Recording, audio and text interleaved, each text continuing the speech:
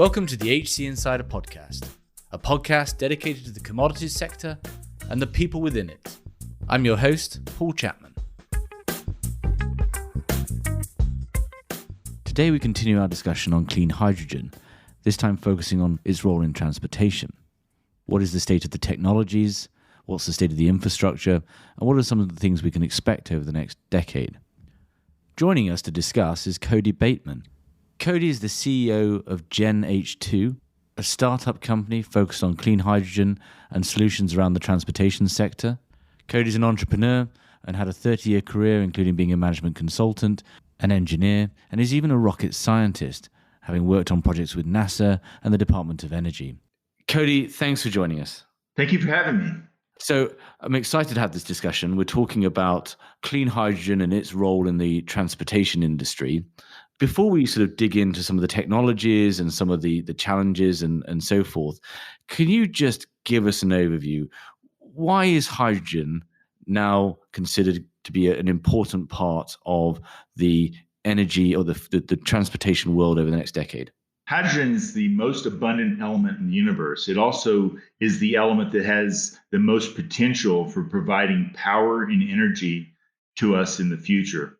What we really like about hydrogen, what we focus on it, is the output is so incredibly clean. So it's not just that it's extremely powerful, but the output of hydrogen when used in a fuel cell, our basic output is just distilled water and hot air.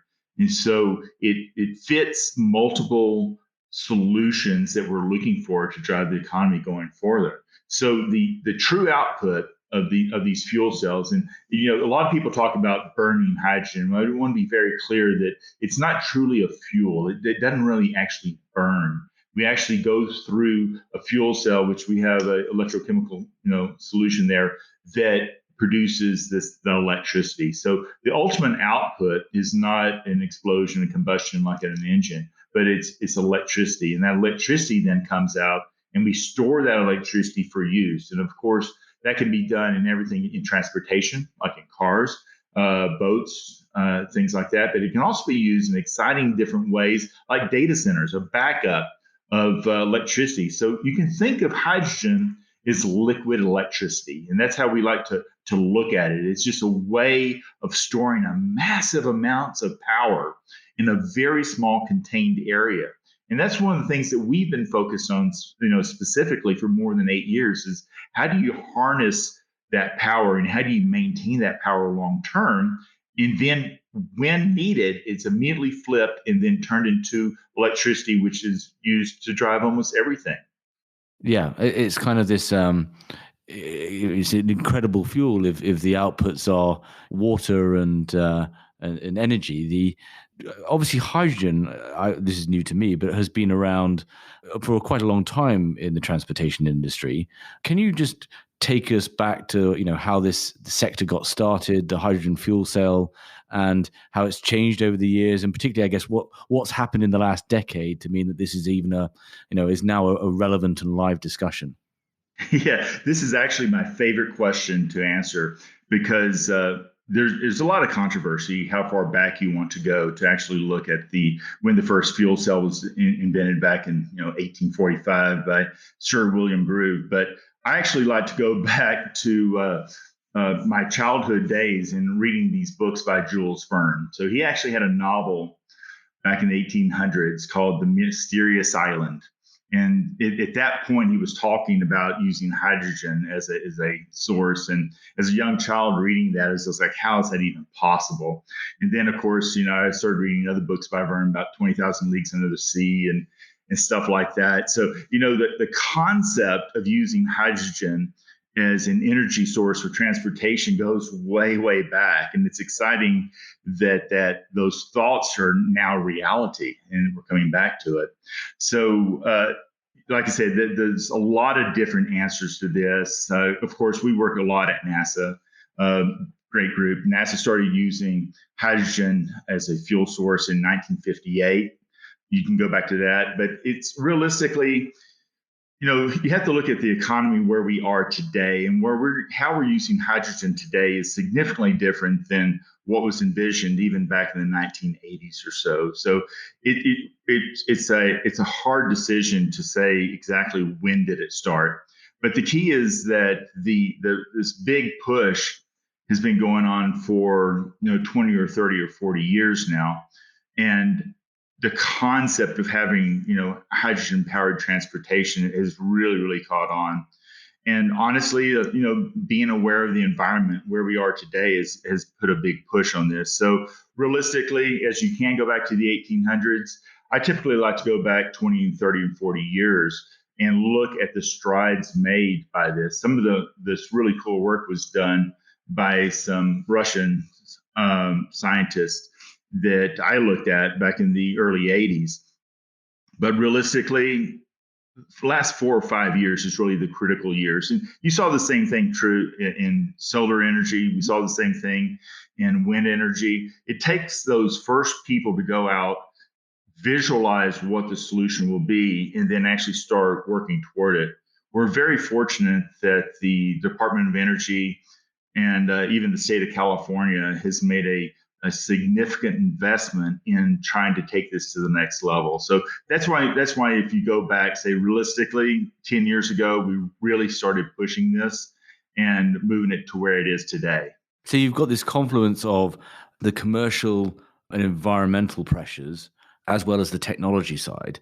What's happened on the technology side over the last decade? I mean, we're talking fuel cells are getting smaller, more efficient. What can you help orientate us as to actually what's happened in particular in the technology piece?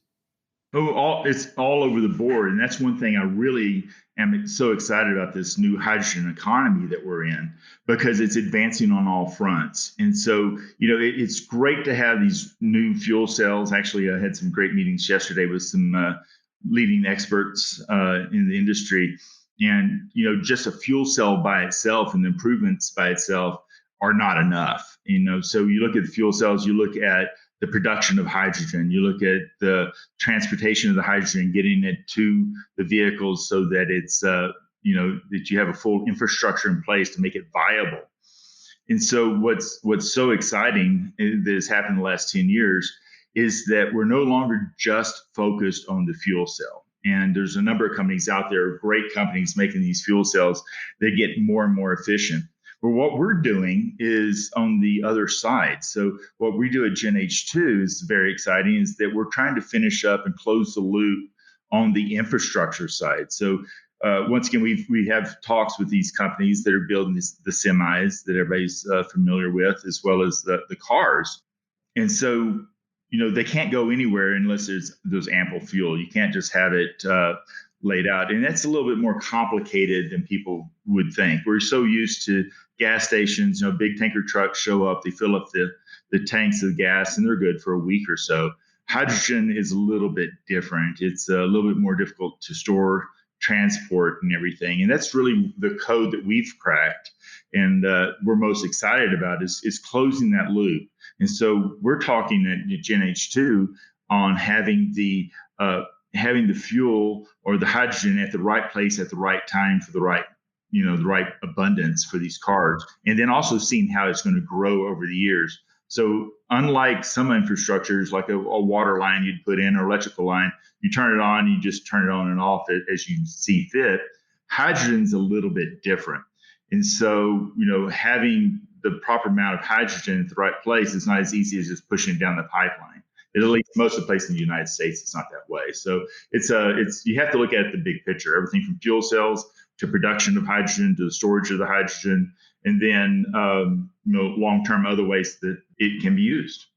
So before I want to sort of move on to what you think the future is in a little bit, but just staying on, I guess, the development of hydrogen, because it does feel very like this has hit the zeitgeist in the last year.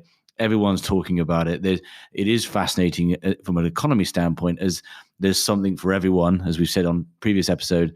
involved in the energy value chain, because whether it's producers or whether it's consumers, one thing I want to ask is, obviously I remember hydrogen from the Hindenburg. Yes. And did that really stop the development of it? I mean, what? It just seems fascinating to me that it's only now really being explored and exploited, when Jules Verne is talking about it as a great fuel source, 130 years ago. Right, absolutely. Yeah, it's interesting that the question of the Hindenburg always comes up, obviously.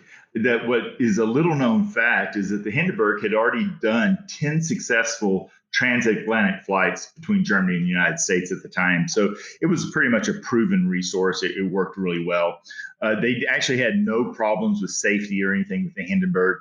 It was just interesting on that sad day in New Jersey many years ago that everybody immediately assumed that the Hindenburg actually crashed and exploded due to the hydrogen. Well, there's a big study done in 1997 that very few people like to refer back to, because you like this concept of this giant explosion, all this hydrogen igniting. And what the study came out to be, that it was really a weather-related static electricity discharge. And what it ignited was not necessarily the hydrogen, but it was the silver colored, the canvas exterior. The resin they used on that was actually the key ingredients we use for solid rocket fuel at NASA. So it's really that lining and the covering, really, which caught fire. And of course, if you have an airship, you have a hole, then it's definitely going to come down. Now, given the fact that hydrogen was the key source, that did make it a little bit worse, but it wasn't a giant hydrogen explosion that caused the Hindenburg to come down. Interesting. Okay, so moving on. Obviously, the biggest competition from a decarbonization standpoint in transportation at the moment is batteries, is electrification of transportation. You've already noted a couple of other challenges with hydrogen, about transportation in particular, on being ready on site at the right time. It's a big topic, but I think we'd all enjoy trying to understand a bit more about the pros and cons of hydrogen against electric vehicles, and how you see that competition playing out, and in what segments various, whether it's EV or hydrogen, you think will win. Absolutely. So what's interesting about this, and it's probably going to be the key thing to be taken out of this interview, is that almost every hydrogen vehicle is an electric vehicle.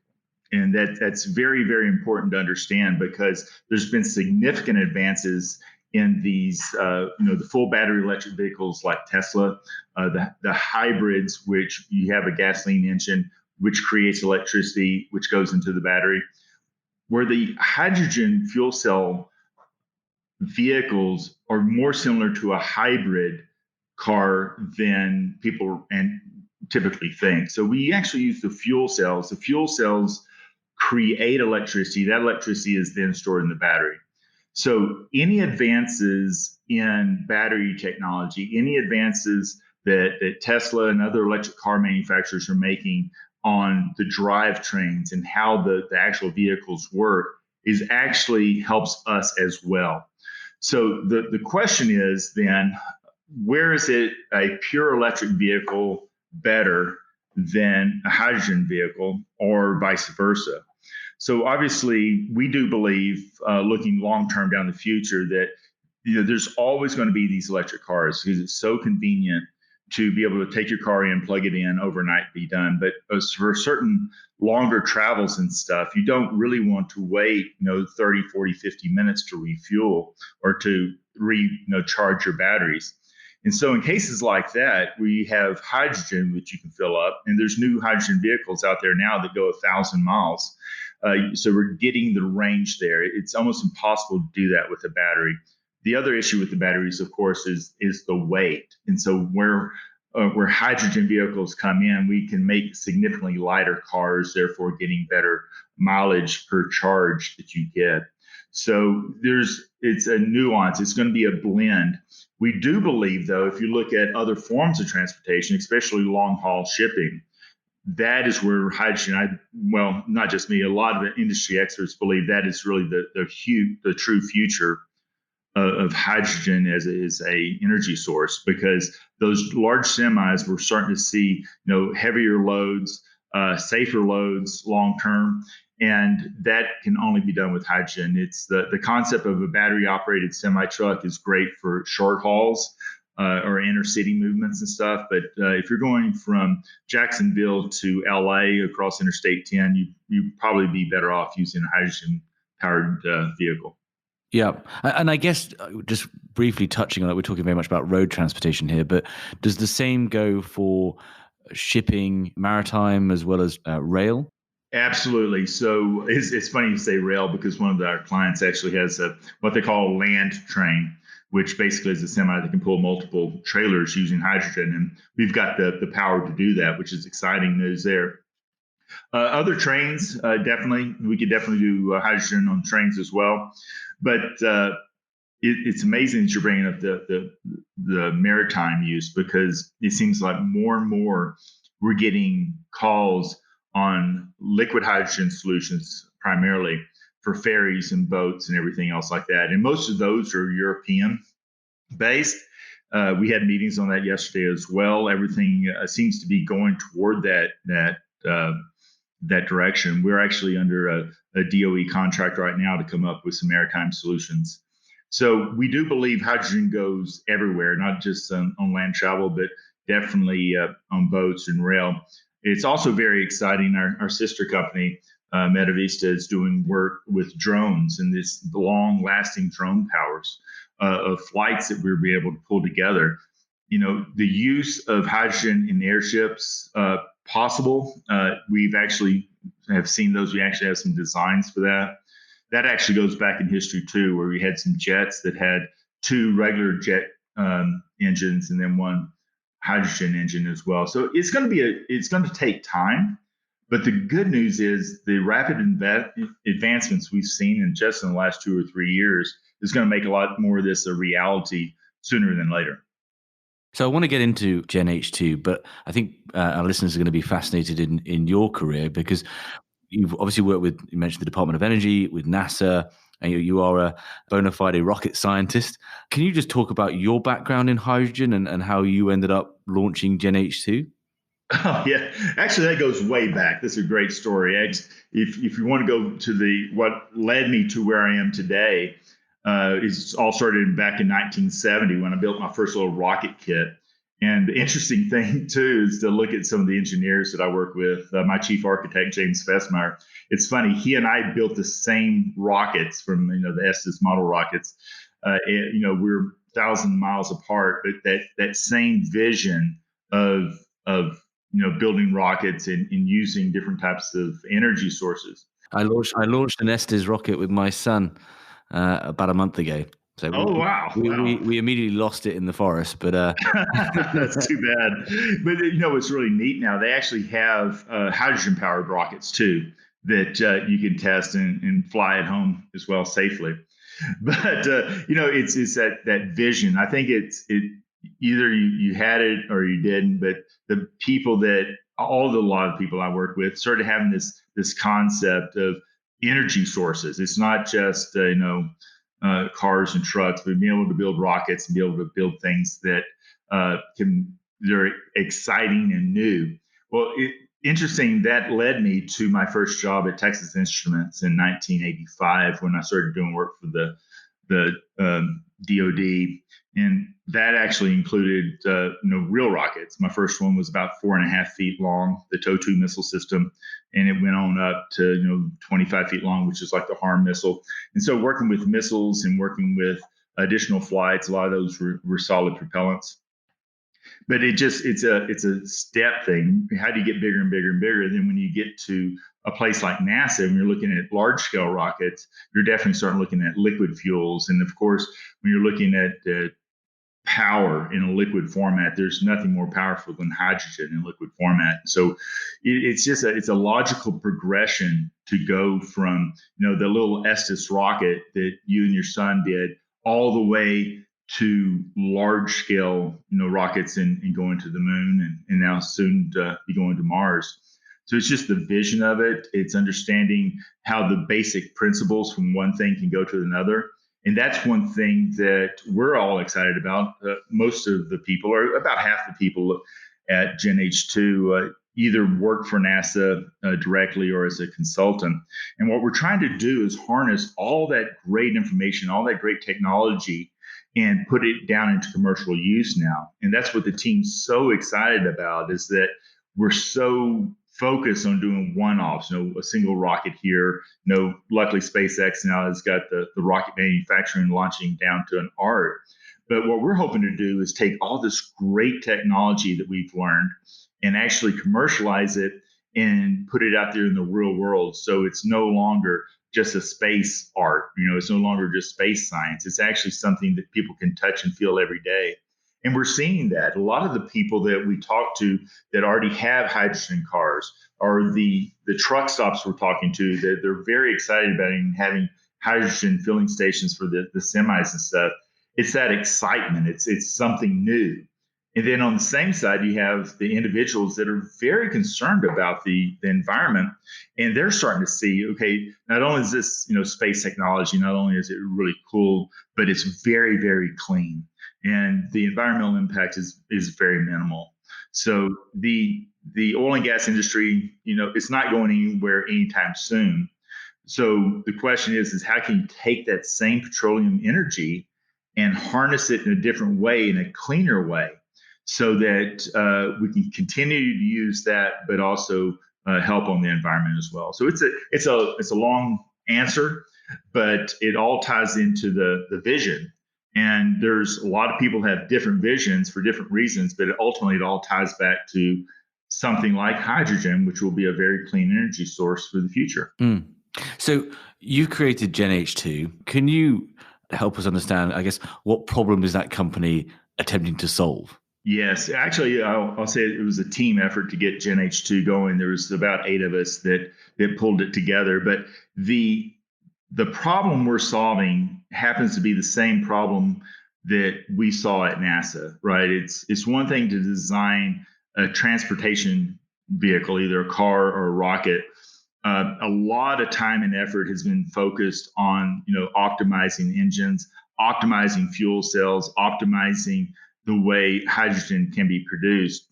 But as you create all these vehicles, which people can touch and feel, those have now gotten to the point now that the rest of the infrastructure has to be put in place.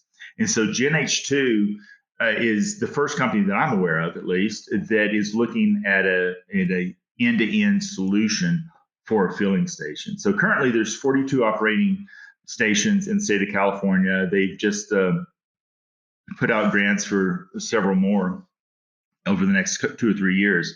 But those stations are stations where you have a big, tanker truck go, reload those on a daily basis.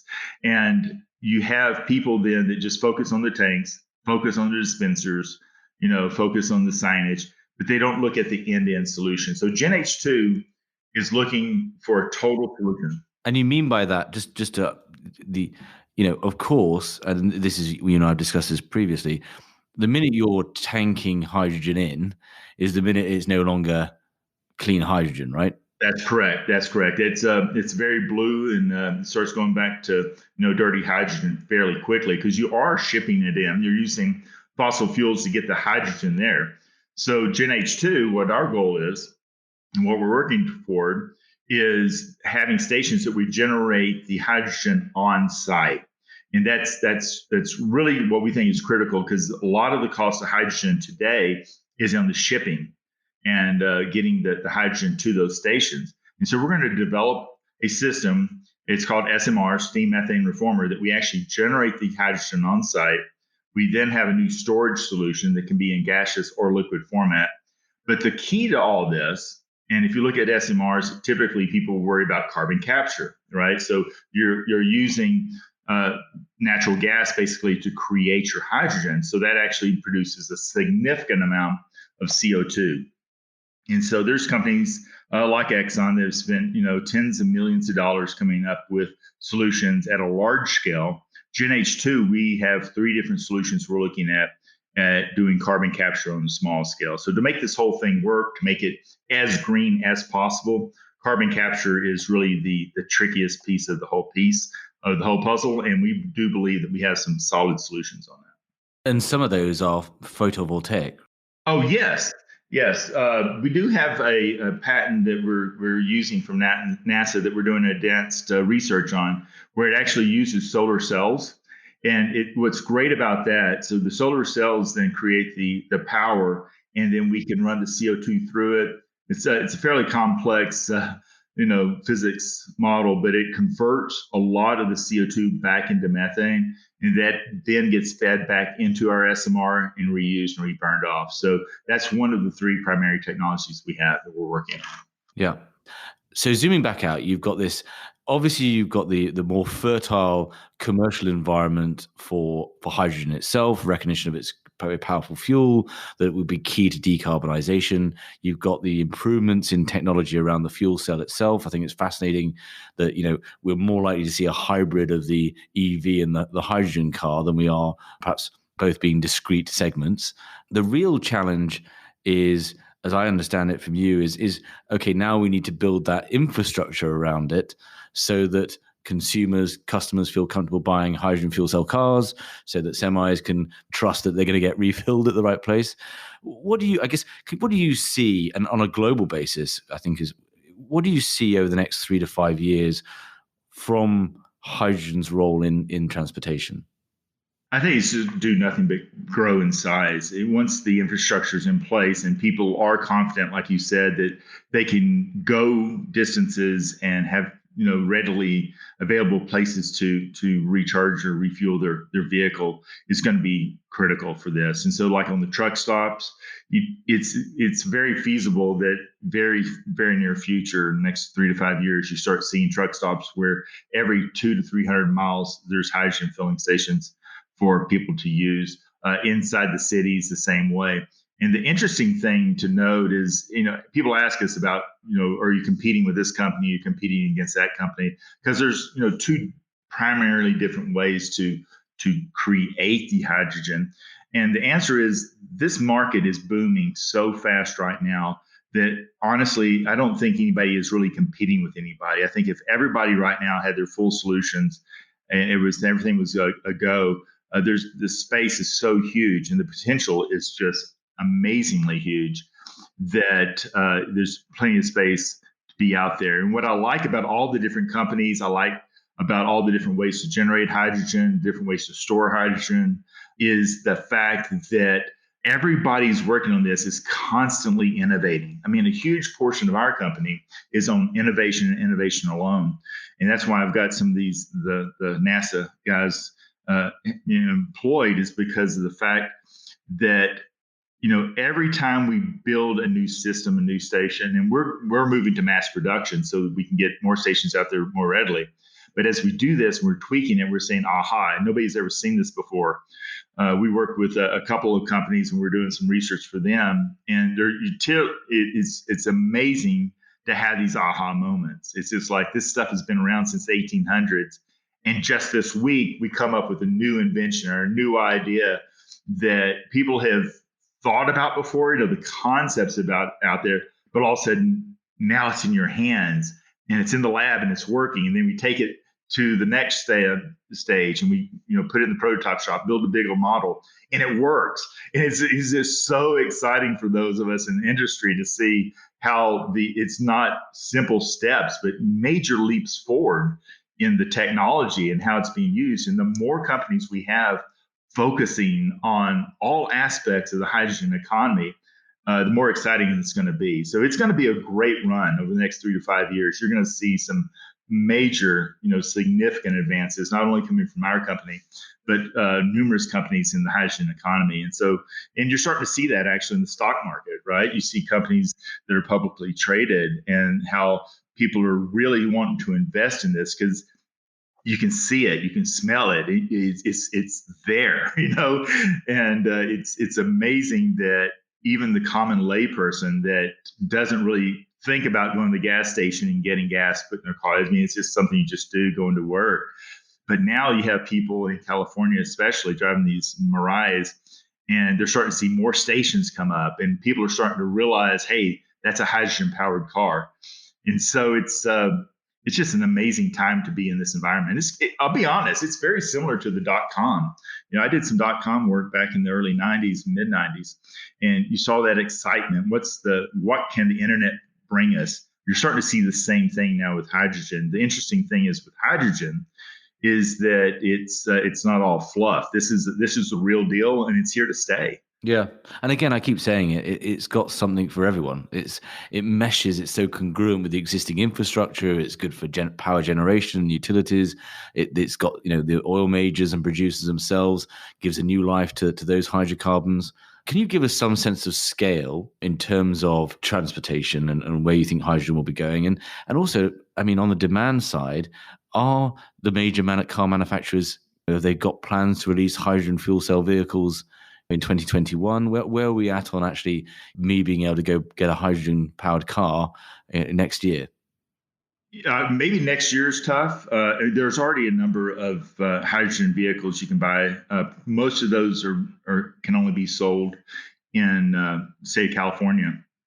But what's really leading the charge on this is more and more companies are using hydrogen for things like forklifts and light duty lifting equipment. So you're starting to see that to be nationwide. It's the same, but a little bit different. But those are catching on because people want clean environments, of course, inside of warehouses and everything. And just the pure power of the hydrogen is showing that it's got benefits above and beyond what people initially thought they were. So that what 2021 is going to be a pivotal year. I think you're going to start seeing a lot of companies like ours start hitting the market with new technologies. I've seen some really great acquisitions just in the last month where larger companies are looking at this. But to your point about the car manufacturers, I don't know of a single car manufacturer that's not looking at some form of a hydrogen powered vehicle at some point in time. It's in the plans. They may not tell you that, but you're starting to see that. I mean, even companies like Ford, GM is doing it. BMW, we've been working with BMW for many, many years, understanding on their cars. So you're going to start seeing more cars, and they're going to look like a standard sedan. You also have the supercars, which I really like, but you're going to start seeing more and more companies announcing that they're putting their toe in the water because that is the future. Right. So you talk about what's the date. So you have a lot of states, you have a lot of countries, and they all have this hydrogen 2035 goal. So 2035 is really not that far away. And so the question is, how do we achieve that goal? And is it actually possible? Now, honestly, some of those projections I think are very optimistic. But the only way to get there is to get this excitement going now and get these new company startups going, new technologies out there, advancing it. And like I said, the advancements just in the last 2 or 3 years are remarkable, not just by us, but by others. So it's going to grow. It's going to be significant. Will we all be driving hydrogen cars in 2035? I think that's not even close to being a reality. But will there be a significant number of cars out there? And the answer is yes. I mean, just look at Tesla. Nobody thought there'd be this many, electric, pure battery powered cars on the market today. And it's an exploding market. So people want this. It's a great vision. People do care about the environment. People do care about, the kids and long term where everything's leading. And it's going to start here. It's going to start, heavily in the United States. It's going to grow across Europe, which Europe's already looking, like we said earlier, about ships and rail and other options with hydrogen. So it's just going to be an incremental growth, but it's going to be pretty much exponential growth, I believe, in the next few years. Yeah, it's fascinating as well, isn't it? I think I've mentioned this before. I find it quite an interesting dynamic in that we can kind of predict what the future is going to look like.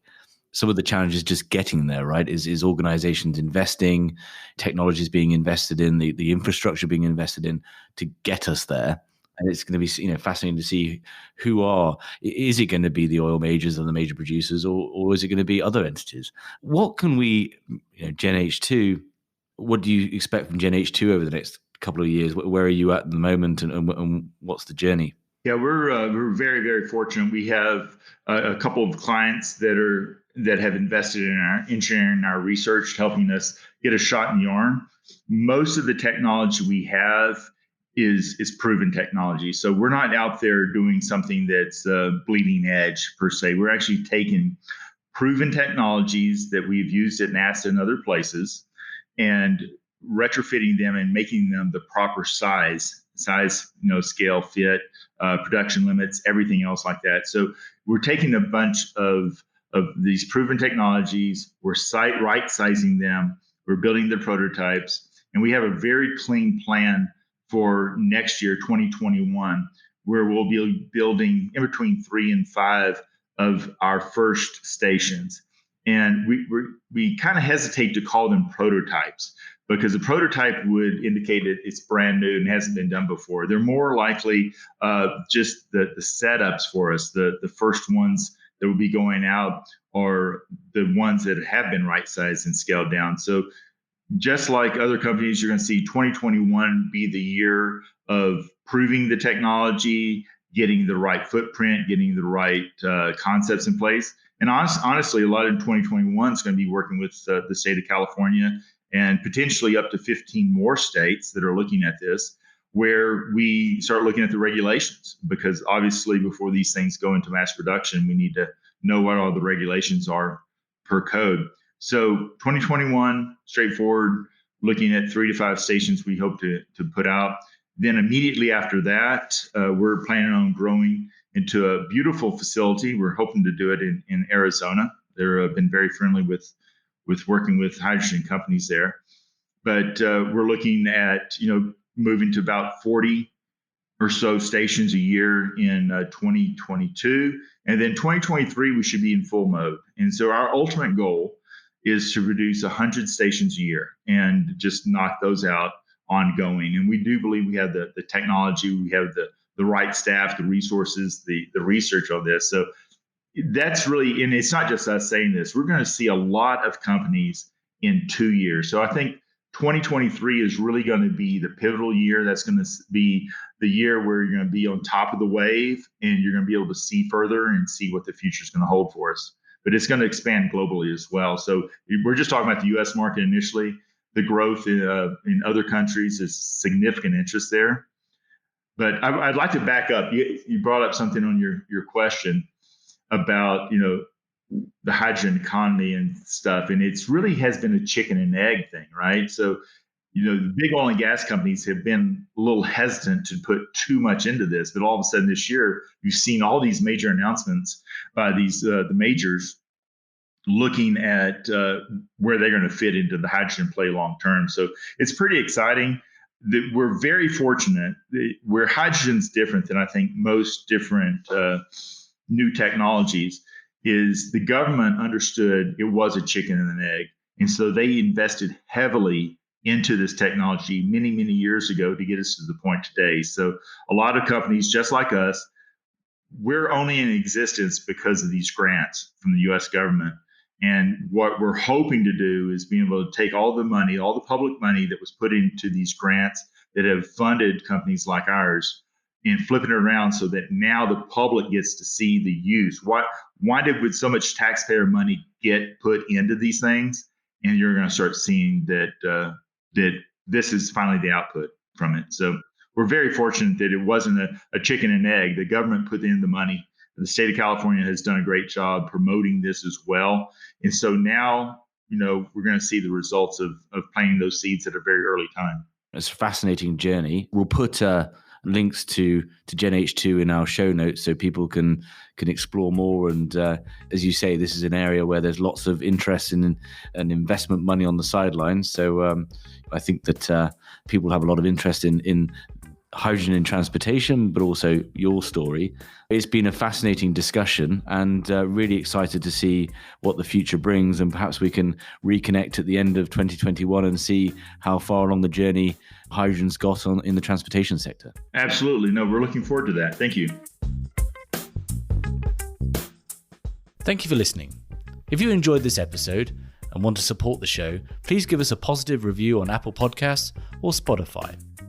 To find out more about HC Insider and Human Capital, a search firm dedicated to the commodities sector, go to www.hcinsider.global, where you'll find more original content on the commodities sector and more details on our offering as a search firm and our locations around the world. Thanks again for listening.